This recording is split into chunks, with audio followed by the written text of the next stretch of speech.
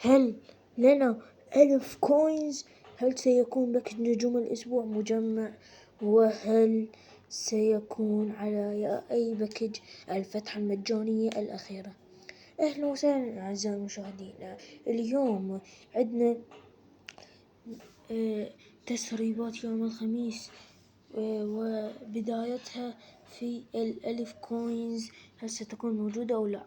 بعد يعني ليش هل ستكون موجودة؟ لأن مرة في بيس 2019 بيس 2018 هيك شي.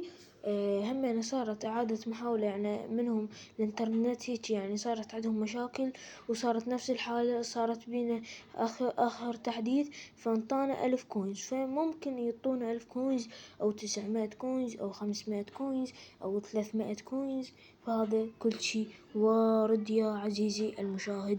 أما باكج نجوم الأسبوع يا عزيزي المشاهد، سيكون باكج نجوم أسبوع مجمع يا عزيزي.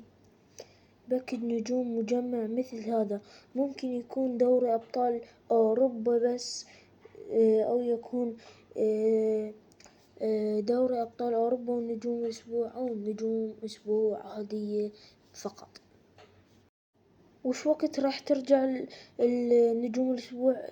يعني ترجع لنا من تبدي الدوريات.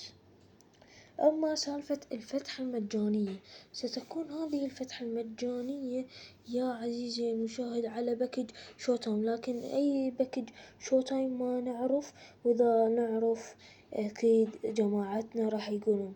وهنا وصلنا لنهاية المقطع، لا تنسى زر اللايك والمتابعة حتى يوصل كل ما هو جديد من قناتي. مع السلامة.